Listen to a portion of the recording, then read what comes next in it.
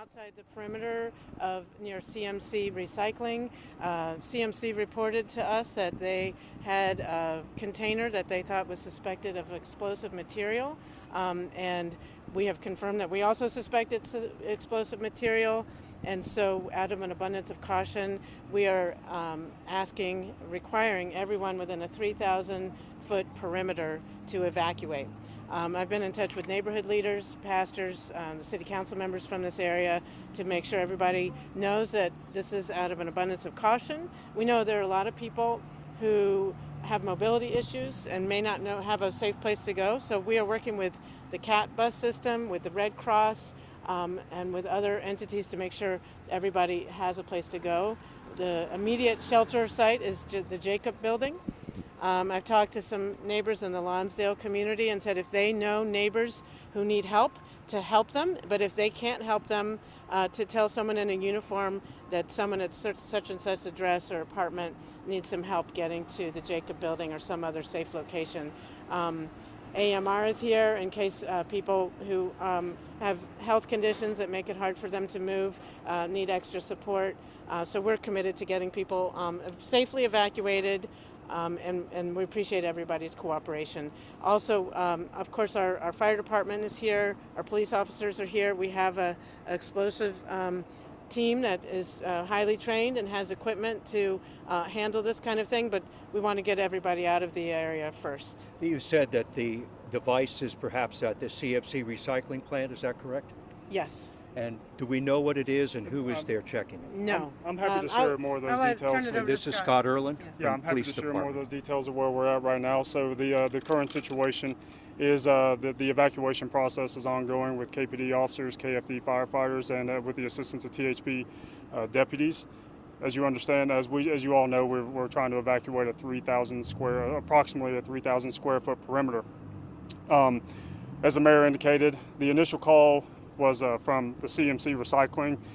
The employees that reported that they had found a box that possibly contained explosives. When they went to open that box to their normal procedures, they discovered it potentially had explosives. And then they notified us. As the mayor indicated, we have since verified that we also believe that this contains potential explosives. The problem that we have right now is the box is smoking. So for the bomb squad, we're kind of in a wait and see mode because anything the bomb squad does has the potential to upset that box. So the main priority right now is the evacuations, and those efforts are ongoing with KPD, KFD, and THP. Scott, is the bomb squad there right now trying to find it? Well, they found the device, but are they trying to defuse it? Well, that's what I was saying. Is right now the bomb squad is on the inner perimeter, what we would call. They're much closer to this situation. They have flown a drone in, at least one drone in, to try to get a better initial assessment of what they're dealing with right here. And based on that initial assessment, though they have not been able to, with 100% certainty, confirm what is in the box, we are operating on the assumption and based on their initial assessment that it is explosives. What does CMC Recycling do? I'm not familiar with what CMC Recycling does. They recycle steel. Steel, they recycle steel. So Scott, are you saying there are human eyes on it at this point, or are we still seeing things through a robot, through a drone or something? Well, again, the situation is a little bit volatile because the box is smoking. So we're trying to manage that situation from a distance. 3,000 feet, that's a long way. Well, we're much closer than 3,000 feet. Our bomb squad is in that inner perimeter. And Scott, do you have a progress update on how many people you've been able to get out of the area so far? I don't know that right now, but we'll get those numbers to you in terms of how many people might have been evacuated in the course of the situation. So I think two messages that I want to underscore is the importance to evacuate, and that the city and other people are here to help people who need help evacuating. And also, even though we call it the bomb squad, it's about explosives. We do not suspect any terrorist attack or bomb. We just think this is an accidental incident where explosives might be have inappropriately disposed of. And so I just want people to know that too. This is a dangerous thing, but this is not something that we need to be overly alarmed with. So people on the perimeter need to evacuate. We'll help them do so, and then our professionals will try to deal with the explosives if that is indeed what they are. Scott, do we have an update on how long it will take to actually make contact with CMC Recycling and get to that area? We do believe, like we said, this is going to be a prolonged event. We don't know how long that could be, but it could certainly be an overnight event. Are you in communication with them right now, trying to get a timeline of this? communication with them in terms of the with timeline. Yeah, like with when this came CMC. to their attention, like. Well, they notified us when it came to their attention. They called 911. Yeah, they called 911 when it came to their attention. And again, to reiterate what the mayor said, we do not believe, we have no indication that this is anything malicious, or that they were going through their supplies, their materials on site, didn't know what was inside the box, opened the box through the normal procedures, and they discovered what they believe were these possible explosives. Just to clarify, are you guys saying that no action will be taken until most of the perimeter is cleared, or is it? The main priority right now is the evacuations, and that's why we are urging residents to evacuate the scene, because again, we're dealing with a box that is smoking. Okay, so this box, you're saying this box was not delivered. They went through, they were going through their supplies and found it in the area. Correct. Yeah, we have no indication at all that this was anything malicious in terms that it was delivered or dropped off. This was already on site. Supplies that they had that, as the mayor said, were likely improperly disposed of or improperly handled.